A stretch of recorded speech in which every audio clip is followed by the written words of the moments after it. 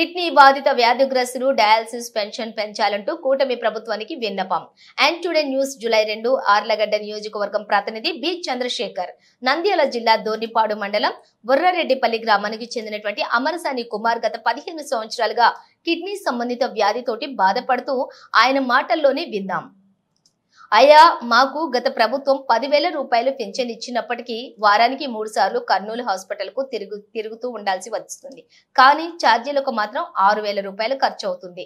మేము ఇంజెక్షన్ కు గానీ మాత్రలకు గానీ 4,000 రూపాయలు సరిపోవటం లేదు.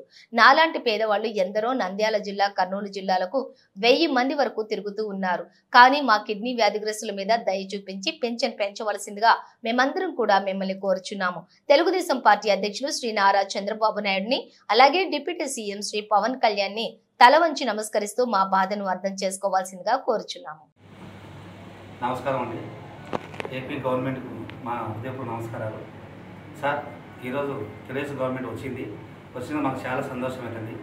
కానీ ప్రతి ఒక్కరు పెంచారు, దివ్యాంగులు కానీ, వికలాంగులు కానీ, వితంతులకు అందరికీ పెంచారు బాగానే ఉంది. కానీ మా డయాలసిస్ పేషెంట్లకు మాత్రం ఎటువంటి పింఛన్ 1 రూపాయి కూడా పెంచలేదు. కావున మాకు దయచేసి మాకు కూడా 10,000 పింఛన్ చేయవలసిందిగా మనం కోరుతున్నాము. ఎందుకంటే ఒక్కో పేషెంట్ వారంలో 2 లేదా 3 సార్లు, వారానికి 3 సార్లు హాస్పిటల్కి వచ్చి డయాలసిస్ చేయించుకుంటున్నాము. దానికి అయ్యే ఖర్చు వచ్చేసి బస్ ఛార్జీలు మినిమం రాను పోను ఒక పూటకి 500 రూపాయలు అవుతున్నాయి. అంటే వారానికి 500, అంటే నెలకు వచ్చేసి 4,000 నుంచి 5,000 దాకా అవుతున్నాయి. అదేవిధంగా 5,000 రూపాయల ఛార్జీలు అయితే మా ఇంజక్షన్లకి, మా ట్యాబ్లెట్లకి అయ్యే ఖర్చు దాదాపు 20,000 రూపాయల దాకా అవుతున్నది.